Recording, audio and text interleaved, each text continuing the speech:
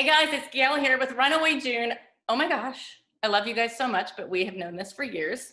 My favorites, Jen and Naomi and Natalie, who we have never like officially talked other than when I randomly hugged you at 12:30 Club last week. But a very quick meet of like, next week.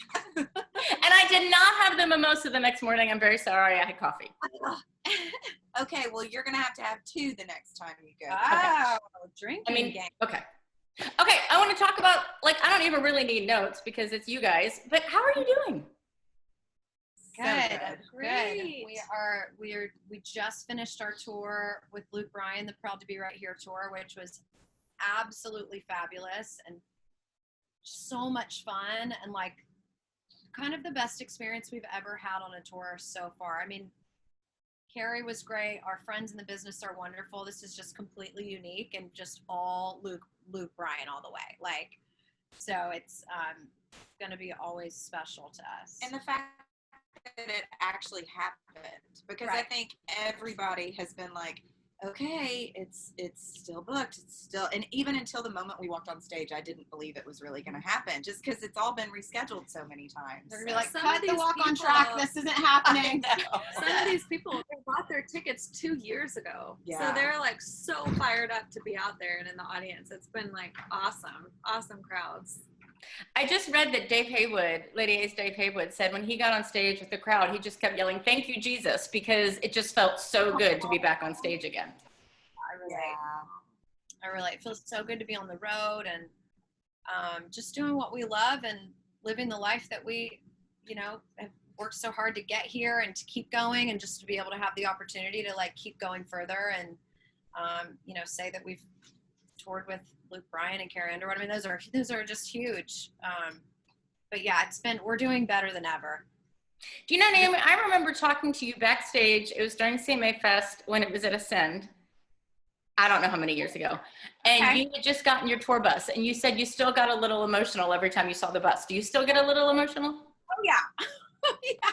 This is one piece of the puzzle you never take for granted, especially when you've gone without it.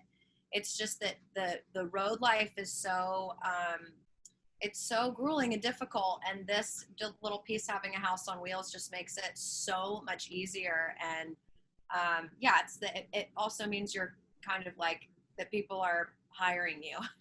Yes. Yeah, it is a very good sign. Like, okay, we're professionals. I'm grateful every time we pull up to bus call. It's just like, seeing everybody get on their bunks. It's something I don't think I'll ever really get used to it.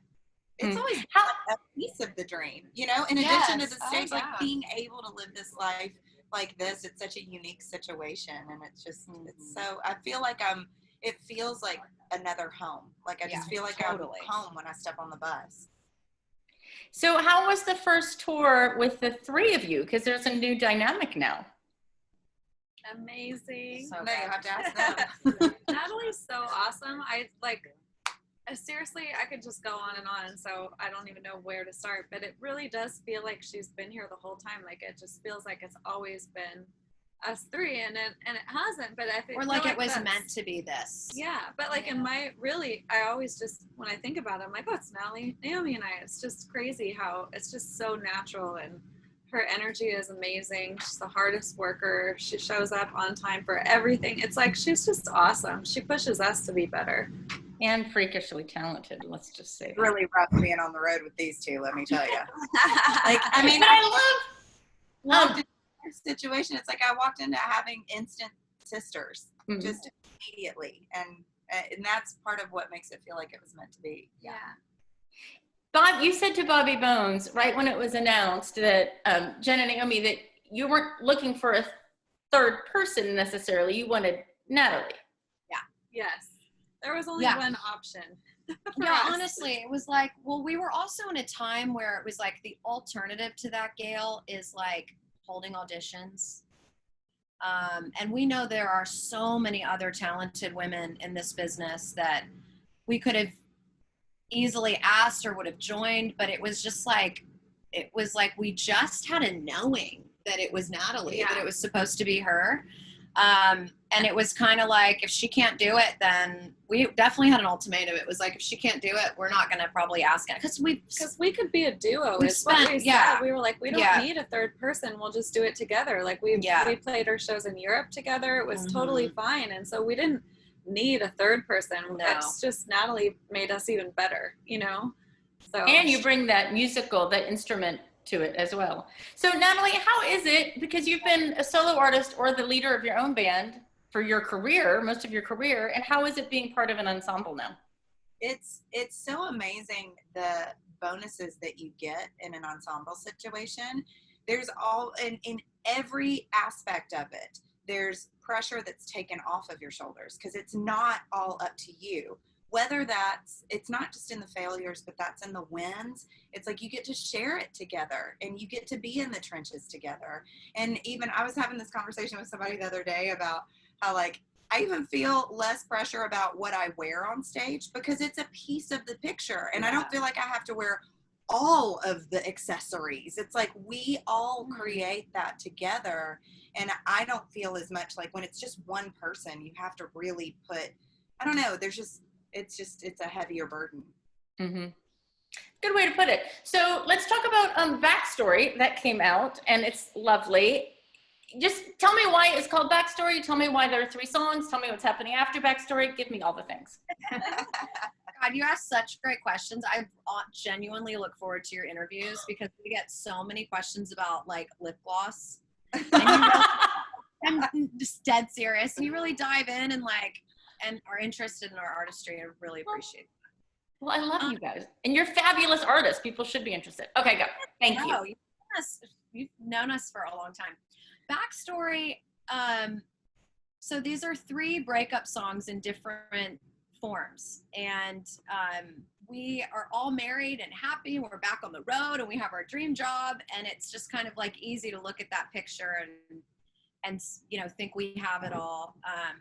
But there are so many trials and tribulations and heartbreaks and breakups and things that don't work out along the way that we're still going through now. But I think it was important for us to tell our backstory before we start telling the love part and like how we got here. And, it's not all sad and down. It's like some of them are funny, some of them are self-deprecating, some of them are kind of like, oh God, I did that. Like,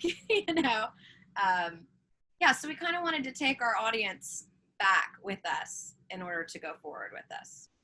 Do you think you could have done it if the 2 of you weren't just newly happily married? Done Backstory? Mm-hmm. Yeah, I do, because I think that we know that our job and our goal as artists and singers and performers is to be honest and tell our authentic story all the time, and to display that in writing and in our artistry and the way that we dress and the way our show looks. We're not scared or apologetic to tell the sad parts and the not so pretty parts. And it's all part of it. It felt a little, it almost feels disingenuous to start with, oh, we're so happy, because there's so much that goes into getting to the happy part. Yeah. And so I think for all of us, as we were discussing the songs and we were looking at all the stuff that we've written, it was like, well, no, but we can't start there because no one starts there. You got to go through a bunch to get there. Yeah. And you, I'm sure, went through a bunch, but you've been married for several years now, right, Natalie? 13 years. Isn't that crazy? Yeah, it's amazing. And the thing is, it doesn't matter how long you've been in a happy relationship, you never forget all the BS that you had to go through to get there. And we talk about this a lot too. It's not just, for us as writers, we're not just drawing inspiration from our love relationships, but this is a marriage too. And I always have thought of my relationship with the music industry as part of my breakups and my heartbreaks. And I've written about that from that angle, even though it sounds like I'm writing about a love relationship. And so it all plays in it together. Yeah, that's one of the things about these songs too, is they're telling all of those different stories, the opportunities that didn't work out, that you've worked so hard for, that you thought was going to be the one, and it just doesn't work out. And you know, those are heart-wrenching, heartbreaking parts that are painful that make you who you are too. So the songs are literal and metaphorical. I love it. So before I get to new music that's coming up, how is married life? I Great. love being married. It's going great for her. Great for both of us. It's awesome. I love being married to Martin. I don't know how it would be with anyone else. I like that. To Martin, not To just Martin. in general. She I loves being only married ever to want to be Martin. married to Martin. I love it. It's just like, man, God, it's special. I'm so happy. I love it. I love being married to him. As the one that's watched this happen and come in as they're finding their happiness and love, they are both glowing all the time. Martin was out with us a couple of weeks ago, and like seeing the two of them together, I hadn't really seen them together that much, and it was like, oh my God, they are just the cutest couple in the world. Like, it's so fun to see y'all with your guys because you just are so happy and just glowing, and yeah, it's contagious. And also, her and her husband, they act like newlyweds too. Like, you would never know that they've been married 13 years. They're like, so they sweet. really love each other, and they're like excited to see each other and stuff. It's the same. Like, I would never guess if I didn't know that you guys are married 13 The cool years. thing is about all three of our husbands is that they are just, man, they're very manly, masculine guys that really know how to be that supporting role. It's like all three of them are in music, and so they know this lifestyle really well, and that in itself is so special. It's like just kind of knowing where to stand when we're doing work, and like never like knowing when you're in the way and knowing when you're not in the way, and like knowing, it's just like that's kind of something you can't really teach. And so that's something really special. And I don't think that we, you know, any of us really set out to like find that person, but when it happens, it's just like, you can take a deep breath. I really didn't think I wanted to be with another I didn't musician. either. I was like, trying no. not to, and then that's how it happens though. You say you don't want that, and then God has another plan. Yeah. It has to be the right musician though, because I've been with musicians before and it was a nightmare. So when it's the right person, it makes a difference. Yeah. Well, I would imagine too, because musicians, there can be some egos involved because your job is to promote yourself. I mean, that's your job. So if you're with another musician, I could see how that could be challenging if it wasn't the right person. It is, and also like being on tour like this is very self-centric, and you have to kind of take on that to get the job done, and you have to kind of focus on yourself to get the day done, get the job done. So to have people that really understand the fundamentals of what that is very special. Love it. So what about new music? Backstory is the backstory. When's the future story coming? God, we had so many songs that we had to that we had to narrow down to get just 3 songs. Like, I don't even know. Thinking about what are we gonna choose on the new songs is so overwhelming because there are so many songs and we're still writing too. And so I feel like all of us kind of feel like maybe we might graduate to the next chapter of love, but we'll see. But we've been writing. I mean, over quarantine we wrote every single day. So we have so many songs to choose from, and like we've obviously teed up a ball to tell a certain story. So what's coming next is, you know, the in-between and the future and kind of what we're working on now. We're still very flawed and we're still figuring it out. And while we're happy, you know, there's a lot of challenges that come with that. And we know we're not alone in that. We're not unique in that way. So we're just kind of writing about what that feels like and that experience, and hopefully everybody wants to hear it. Could you have ever predicted the success and how timely We Were Rich was going to be? No. Well, what's so cool too is Natalie, like when she joined the band, that was her favorite song. I mean, we had already kind of talked about that maybe that was going to be the next single, but we weren't for sure.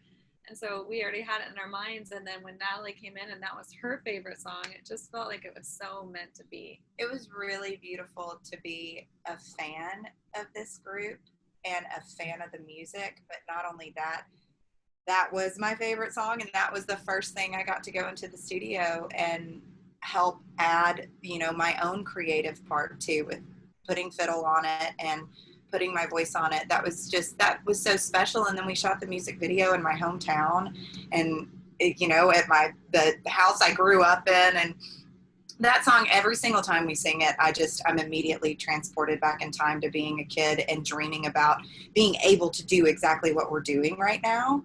And that just, I mean, what a song to be able to sing every night, and it takes you on that journey, you know, of immediate gratitude for being in the moment.